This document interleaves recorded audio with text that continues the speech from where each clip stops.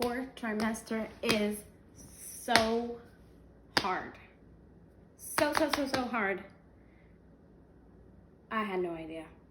So that is why I'm creating this video today for you guys, so I can hopefully prepare new moms, soon to be moms, about postpartum. I'm gonna tell my story, my experience, and tips that would hopefully help you guys in the future. So my postpartum depression and anxiety started about 6 weeks after birth. I know that's usually not the norm, but hey, I don't know what to tell you. Mine started about 6 weeks. I started feeling certain, I guess, warning signs, and my body was feeling at certain times really low, like it really low, like a deep dive. But then I'd feel better again, maybe a few hours later or the next day. And so that's why I didn't think anything of it really.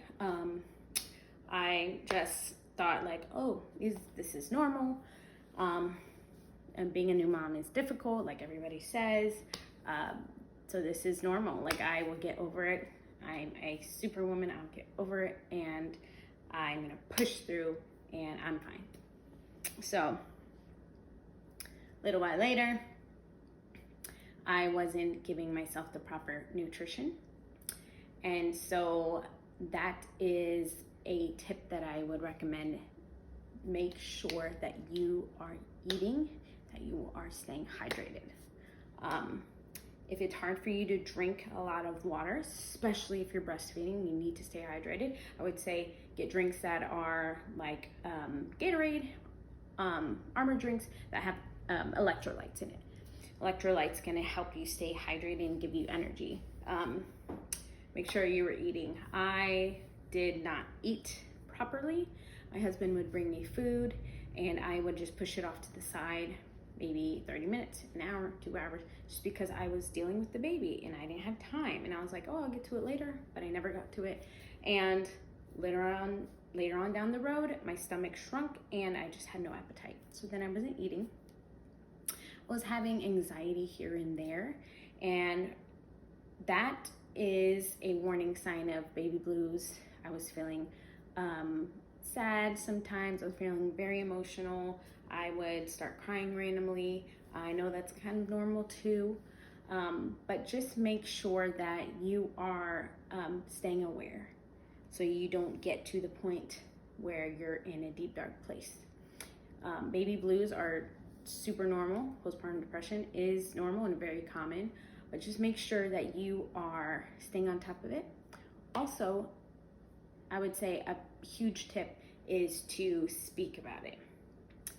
Speak to someone, speak to your spouse, speak to a family member, speak to a friend, speak to a therapist or another mom that has gone through it.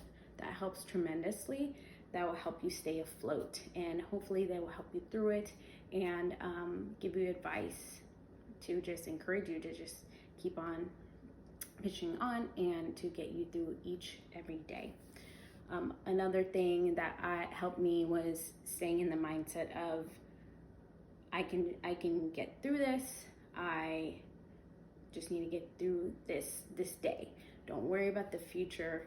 Don't worry about tomorrow. Get to today. If you can get through today, you can get to tomorrow, then you can conquer tomorrow, and then so on and so forth. When people ask for help, take the help. I did not take the help.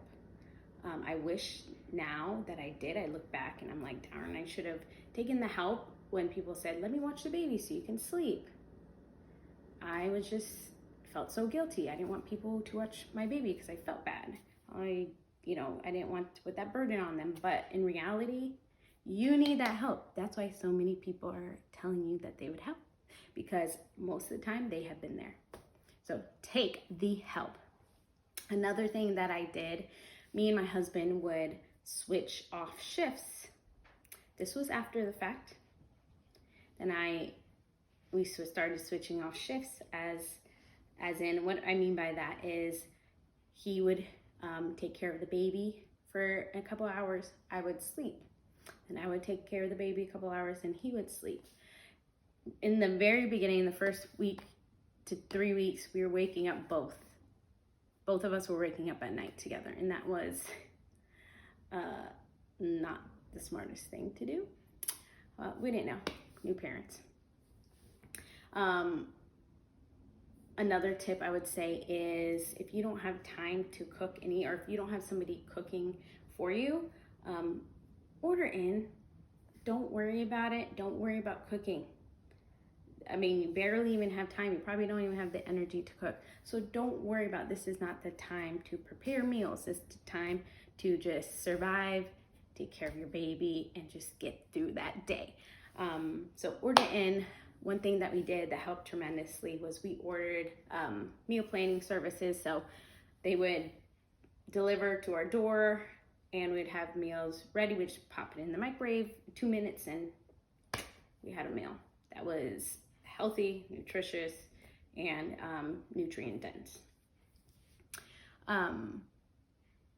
Another thing I would say, I was always worrying about the house because I tried to keep everything nice and tidy, and you got to tell yourself, this is not the season for you to clean. This is not the season that your house is going to be beautiful and, you know, everything be perfect and everything look great and everything be clean. And you just got to let the laundry pile up. You just got to let, you know, the dishes pile up because, you know, you don't have time for that. Don't worry about that.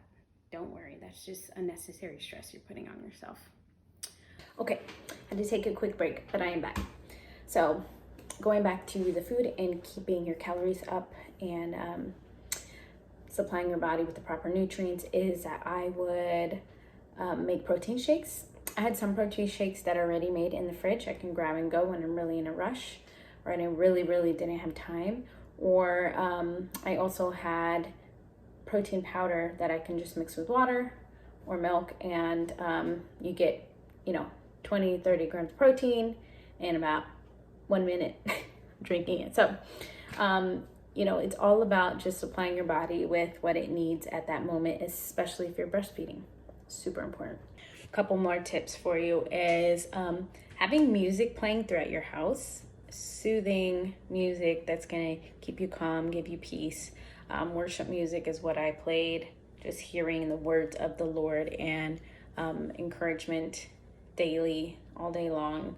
Just having that background music of something positive is huge, and it makes such a difference in your mental state, mental clarity. Along with mental clarity, taking walks. Babies love the outdoors.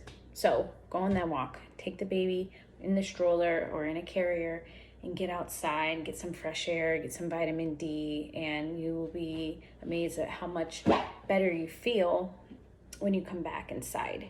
It just brings, you know, your mood into a whole positive place.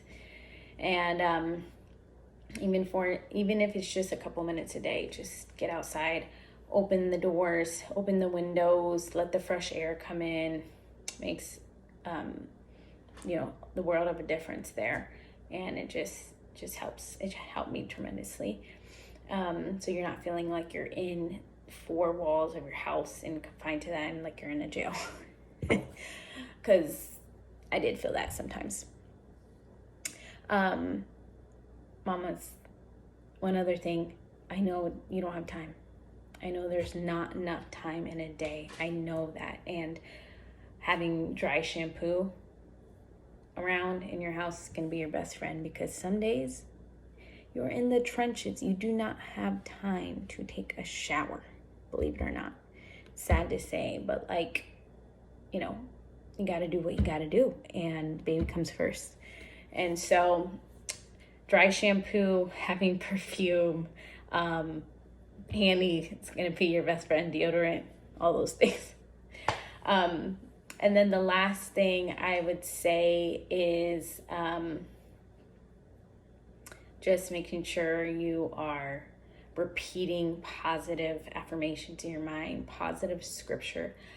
I think that was one of the most important things that got me through the really dark place I was in, was just repeating a scripture verse that I loved over and over. That's an uplifting verse that is a promise that God is going to get me through something that, you know, makes you feel good about yourself. And that was huge.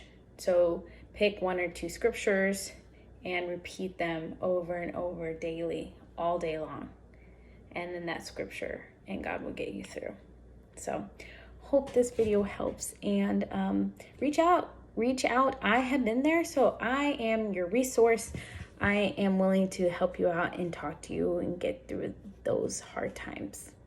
All right, mamas. XOXO. Talk to you soon.